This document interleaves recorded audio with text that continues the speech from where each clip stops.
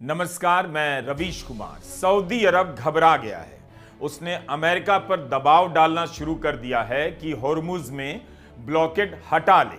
Saudi अरब की चिंता यह है कि अगर जवाब में ईरान ने दूसरे रास्तों को बंद करना शुरू कर दिया तब उसकी मुश्किलें और बढ़ जाएंगी। ईरान कह रहा है यह ब्लॉकेड उसकी संप्रभुता का उल्लंघन है। संयुक्त राष्ट्र में उसके राजदूत ने संयुक्त राष्ट्र के निदेशक को पत्र लिखा है कि यह समुद्री कानून का उल्लंघन किया जा रहा है, मगर ईरान जवाबी हमले के लिए तैयार है। उधर चीन में बहुत कुछ हो रहा है। बीजिंग में स्पेन के प्रधानमंत्री मौजूद हैं। उनके साथ साथ संयुक्त अरब अमीरात के क्राउन प्रिंस शेख खालिद बिन मोहम्मद बिन जायद अल नहयान भी हैं। चीन के राष्ट्रपति ने मिडिल ईस्ट में शांति के उपाय सुझाए हैं, जिसके बारे में हम इसी वीडियो में आगे बात करेंगे। बोट मिसाइल क्या होती भी है या नहीं? क्या अमेरिका के पास ऐसी बोट मिसाइलें नहीं हैं?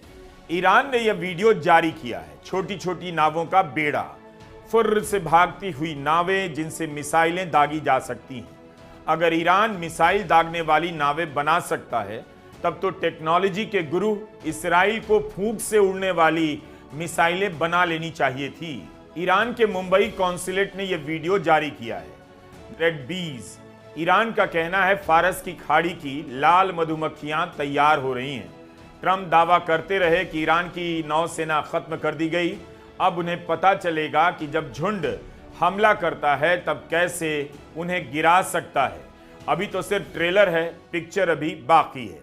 जिन रेड बीज की बात हो रही है वह मधुमक्खी का एक प्रकार है। लाल रंग की होती है, काट जाएं तो दर्द होता है। अकेले रहना पसंद करती हैं, मगर झुंड में हमला भी कर सकती हैं। वॉल स्ट्रीट जर्नल ने लिखा है ईरान की नौसेना बर्बाद हो चुकी है, मगर उसके पास अभी भी कई सारी छोटी छोटी नावें हैं जिन्हें पकड़ना मुश्किल है। ये नावें अमेरिका के लिए खतरा बन सकती हैं। यह बातचीत के समय की तस्वीर बताई जा रही है। एआई भी हो सकती है। जर्मनी में ईरान के दूतावास ने जारी की है। कुर्सी पर कौन बैठा है यह कहना मुश्किल है, लेकिन कमरे में ईरान की टीम की उपस्थिति कुछ और ही बता रही है। कितनी सहजता और आत्मविश्वास, फिक्र ही नहीं कि सुपर पावर से डील कर रहे हैं। अल जजीरा ने खबर ब्रेक की है कि पाकिस्तान ने अमेरिका और ईरान को दूसरे दौर की बातचीत का प्रस्ताव दिया है। तुर्की की न्यूज एजेंसी अनादोलू ने पाकिस्तानी सूत्रों के हवाले से रिपोर्ट की है। बातचीत को लेकर दूसरे राउंड की शीर्ष बैठक बहुत जल्द इस्लामाबाद में हो सकती है। कौन कौन भाग लेगा इसकी जानकारी अभी नहीं, लेकिन सूत्रों का कहना है ट्रंप 2 मई के चीन दौरे से पहले डील फाइनल कर लेना चाहते हैं। यह भी बात निकल कर आ रही है कि इस बार 45 से 60 दिनों के युद्ध विराम की कोशिश हो रही है। तो क्या होर्मुज का ब्लॉकेड अमेरिका का नया ड्रामा है? अपने युद्धपोतों को यहां तैनात कर ट्रंप क्या हासिल करना चाहते हैं? सऊदी अरब क्यों परेशान है? क्यों ट्रंप को सलाह दे रहा है ईरान को उकसाने की जरूरत नहीं? सऊदी अरब के दूसरी तरफ लाल सागर है। इसी लाल सागर और एडन की खाड़ी के बीच यमन के तट पर पतला सा समुद्री रास्ता है जिसे स्ट्रेट ऑफ बाब अल मंदब कहते हैं। अरबी में बाब अल मंदब का मतलब आंसुओं का दरवाजा। बहुत मुश्किल इलाका है जहाजों के लिए, इसीलिए यह नाम पड़ा। जब होर्मुज से तेल जाना बंद हो गया तो विकल्प के रूप में एक रास्ता यह भी बचा हुआ था। अगर बाब अल मंदब बंद हो गया तो तेल की अर्थव्यवस्था को ऐसा झटका लगेगा जैसा अभी तक लगा नहीं। ईरान ने कहा है होर्मुज सोशल मीडिया नहीं कि किसी ने आपको ब्लॉक कर दिया तो आपने भी बदले में ब्लॉक कर दिया। अमेरिका की क्लोई नाम की किसी महिला ने घाना के ईरान दूतावास से पूछा कि क्या अमेरिका ने माइन हटाकर होर्मुज पर कब्जा कर लिया है? मुझे ईरान की बड़ी चिंता है। इस पर दूतावास पलटकर जवाब देता है, रिलैक्स क्लोई, कल तुम्हारी नौसेना ने कोशिश की थी। ईरान ने कॉल किया और अमेरिका को यू टर्न लेना पड़ा। ऑपरेशन से लंबी तो फोन कॉल चल पड़ी। इससे ज्यादा लड़ाई तो उबर के ड्राइवर ट्रिप कैंसिल होने से पहले करते हैं। क्या ईरान वाकई इतना रिलैक्स है? उसे अमेरिका की एकदम परवाह नहीं। अमेरिका ईरान को आंखें दिखाना चाहता है, मगर ईरान उसकी तरफ देखना भी नहीं चाहता। जिस नेतन्याहू पर भ्रष्टाचार के गंभीर आरोपों में सुनवाई चल रही है, युद्ध विराम का बहाना बनाकर सुनवाई टाली गई 1 महीने के लिए, वो नेतन्याहू अमेरिका को उसकी जगह दिखा रहे हैं।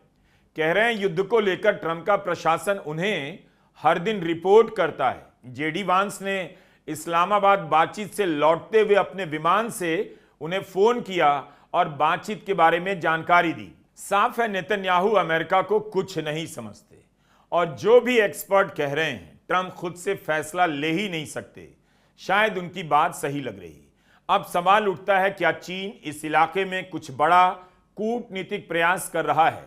जो काम पाकिस्तान से नहीं हो सकता वो अब चीन ने सीधे अपने हाथों में ले लिया है। बीजिंग में स्पेन के प्रधानमंत्री पेड्रो सांचेज और चीन के राष्ट्रपति शी जिनपिंग की मुलाकात हुई। स्पेन ने अमेरिका का खुलकर विरोध किया तो ट्रंप ने 36 घंटे के भीतर स्पेन से हर तरह का संबंध तोड़ लेने की धमकी दे दी है। चीन के राष्ट्रपति शी जिनपिंग ने कहा कि स्पेन के प्रधानमंत्री इतिहास के सही पक्ष के साथ खड़े हैं। चीन भी स्पेन के साथ मजबूती से खड़ा रहेगा।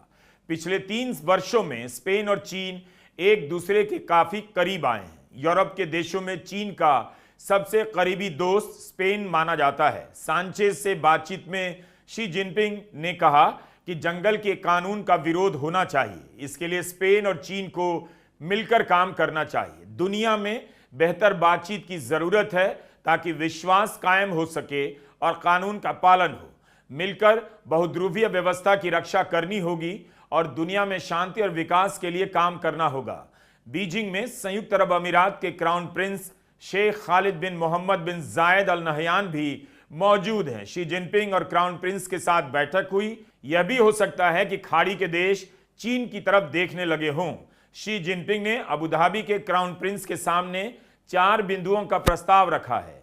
कहा है शांति से एक दूसरे के साथ रहने के सिद्धांत पर अमल होना चाहिए, राष्ट्रीय संप्रभुता के सिद्धांत का पालन होना चाहिए, अंतर्राष्ट्रीय कानून के नियमों का पालन होना चाहिए, विकास और रक्षा के मामलों पर मिलकर काम होना चाहिए। चीन ने साफ कर दिया है कि उसके जहाज ईरान से तेल लेकर होर्मुज पार करते रहेंगे, कोई उसके रास्ते में बाधा न डाले। चीन का जहाज पार भी किए जा रहा है। खबर यह भी है कि चीन ईरान को हथियारों का शिपमेंट भेजने की तैयारी में है।